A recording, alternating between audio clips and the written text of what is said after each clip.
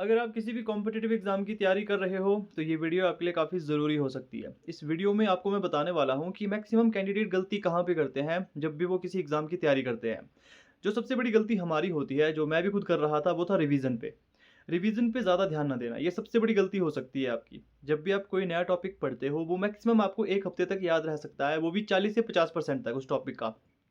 तो जब भी आप कोई टॉपिक तैयार करते हो उसके सबसे पहले अपने नोट्स ज़रूर तैयार करने हैं। अब नोट्स में हर एक चीज़ ऐड नहीं की जाती जो इम्पोर्टेंट है, और जो आपको लगता है कि आप भूल जाओगे उसे आपने लिख लेना है।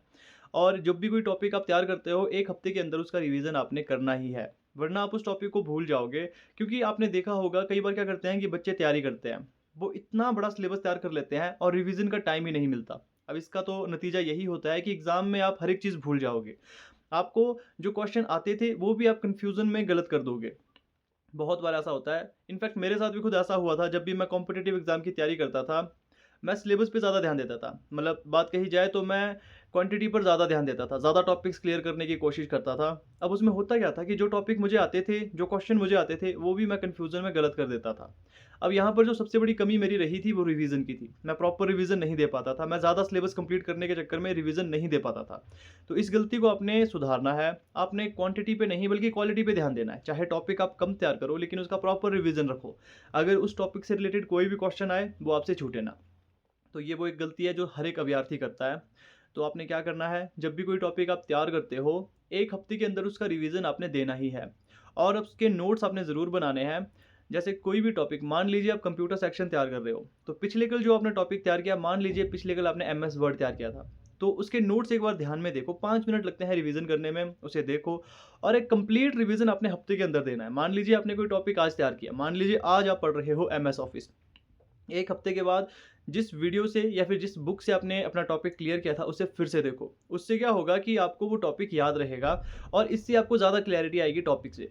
तो अगर आप किसी भी कॉम्पिटिटिव एग्ज़ाम को क्लियर करना चाहते हो, तो हमेशा इस बात को ध्यान रखना, ज़्यादा सिलेबस तैयार करने की ज़रूरत नहीं होती।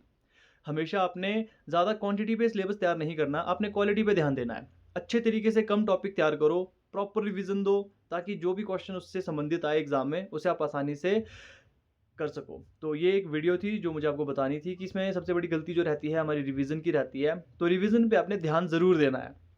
कोई भी टॉपिक आप तैयार करते हो उसका रिवीजन ध्यान से दें।